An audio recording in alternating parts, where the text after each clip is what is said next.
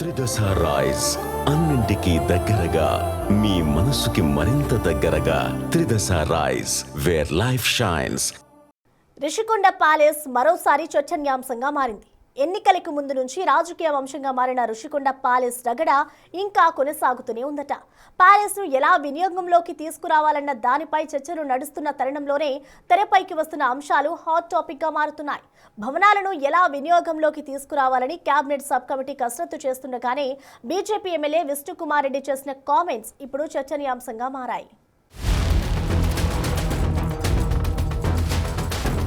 విశాఖలోనే కాదు రాజకీయంగానూ Rushikonda palace centre of attraction గా మారిపోయింది. వైసీపీ హయాంలో ఎప్పుడైతే రుషికొండపై ఉన్న హరిత రిసార్ట్స్ భవనాలను కూల్చివేసి కొత్త భవన నిర్మాణాలను చేపట్టినప్పటి నుంచి రుషికొండ రాజకీయ అంశంగా మారిపోయింది. వైసీపీ అధికారంలో ఉన్న సమయంలోనే ప్యాలెస్ నిర్మాణాలను పూర్తి చేసింది. మొత్తం 7 భవనాలతో నిర్మించిన ప్యాలెస్ లో 3 భారీ భవనాలు పూర్తిగా సీఎం ఫ్యామిలీ నివాసముండటానికి అనుకూలంగా, మరో 4 భవనాలను సీఎంఓ కార్యకలాపాలకు అనుకూలంగా ఉండేలాగా పెద్ద పెద్ద హాల్స్, కాన్ఫరెన్స్ హాల్స్ డిజైన్ చేసి మరీ నిర్మాణాలు చేపట్టారు.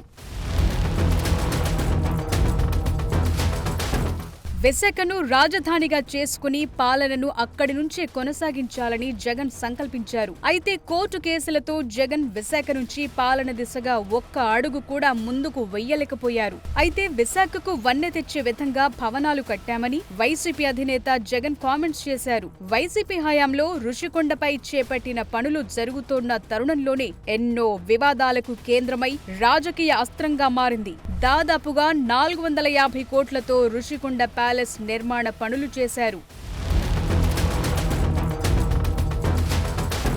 అయితే వైసీపీ హయాంలో రుషికొండ లోపలికి ఎవరు తొంగి చూడకుండా ఉండేలా వైసీపీ ప్రభుత్వ హయాంలో అధికారులు కట్టడి చేయగలిగారు. ఎంతో అద్భుతంగా నిర్మించిన ఈ భవనాలను వైసీపీ నేతలు ప్రభుత్వంలో ఉన్న సమయంలో బాహ్య ప్రపంచానికి చూపించలేకపోయారు. కూటమి ప్రభుత్వం అధికారంలోకొచ్చిన తరువాతే రుషికొండ ప్యాలెస్ లోకి ప్రజా ప్రతినిధులు అడుగుపెట్టిన పరిస్థితులొచ్చాయి. తొలుత భీమిలి ఎమ్మెల్యే గంటా శ్రీనివాసరావు మీడియా ప్రతినిధులను తీసుకుని భవనాలను చూపించే ప్రయత్నం చేశారు. ఆ తర్వాత పవన్ కళ్యాణ్, సీఎం చంద్రబాబు కూడా భవనాలను పరిశీలించారు. డిప్యూటీ సీఎం పవన్ కళ్యాణ్ 2 సార్లు రుషికొండ ప్యాలెస్ ను పరిశీలించి వీటిని ఎలా అందుబాటులోకి తీసుకురావాలనే దానిపై అధికారులతోనూ ఆ భవనంలోనే సమీక్ష నిర్వహించారు.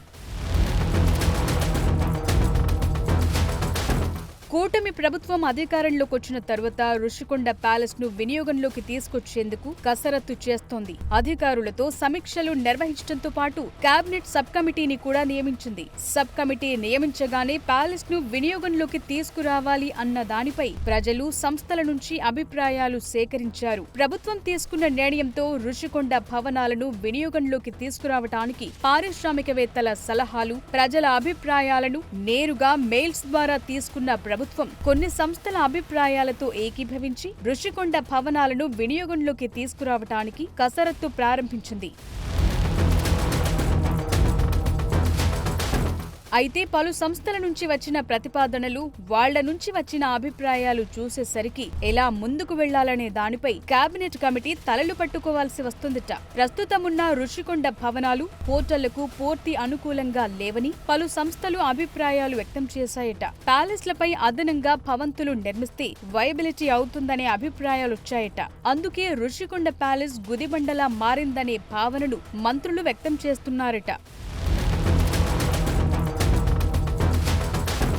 ఇలాంటి తరుణంలో BJP MLA Vishnukumar Raju Rushikonda palace పై చేసిన కామెంట్స్ హాట్ టాపిక్ గా మారాయి. రుషికొండ భవనాల వినియోగంలో స్థానిక ప్రజా ప్రతినిధులు అభిప్రాయాలు తీసుకోవటం లేదని సీరియస్ కామెంట్స్ చేశారు. రుషికొండ భవనాలను ఆదాయ వనరుల కిందే చూడకూడదంటున్నారు. భవనాలను స్టార్ హోటల్స్ కు ఇచ్చి సామాన్యులకు దూరం చేయొద్దని సూచించారు. విశాఖ అంటే సాఫ్ట్వేర్ పెట్టుబడులే కాదని ఆధ్యాత్మిక కేంద్రంగా కూడా అభివృద్ధి చేయాలన్నారు. రుషికొండ భవనాలపై మరోసారి ఆలోచించాలని, స్థానిక ఎమ్మెల్యే, ఎంపీ అభిప్రాయం తీసుకోవాలని మంత్రుల కమిటీకి ఎమ్మెల్యే విష్ణుకుమార్ విజ్ఞప్తి చేస్తున్నారు. మెయింటెనెన్స్ కి కష్టంగా అనిపిస్తే టీటీడీకి అప్పగించాలని సూచనలు చేస్తున్నారు. నేను పార్టీ పరంగా మాట్లాడటం లేదు. నేను వ్యక్తిగతంగా ఒక సామాన్య పౌరుడిగా, అట్లాగే ఒక ప్రజాప్రతినిధిగా నేను మాట్లాడుతున్నాను. ఇది ఆలోచించండి అని చెప్తున్నాను.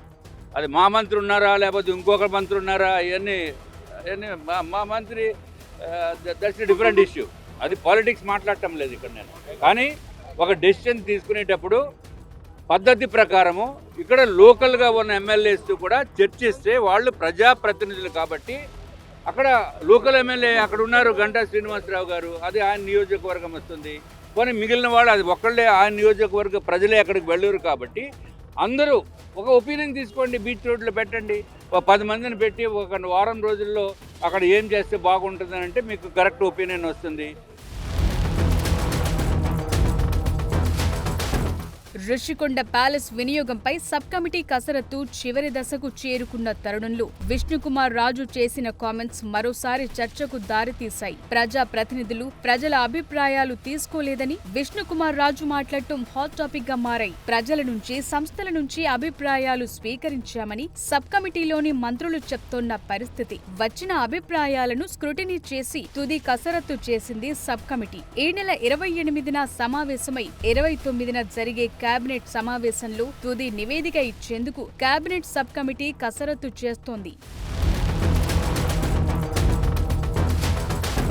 ఇలాంటి తరుణంలో బీజేపీ ఎమ్మెల్యే విష్ణుకుమార్ రాజు చేసిన కామెంట్స్ పై సబ్ కమిటీ కార్యాచరణ ఎలా ఉండబోతుందనేది చర్చకు దారితీస్తోందట.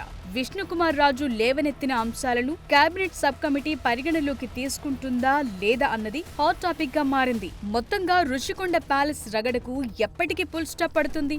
భవనాలు ఎప్పటికీ వినియోగంలోకి వస్తాయనేది $1 మిలియన్ ప్రశ్నగా మారిపోయింది.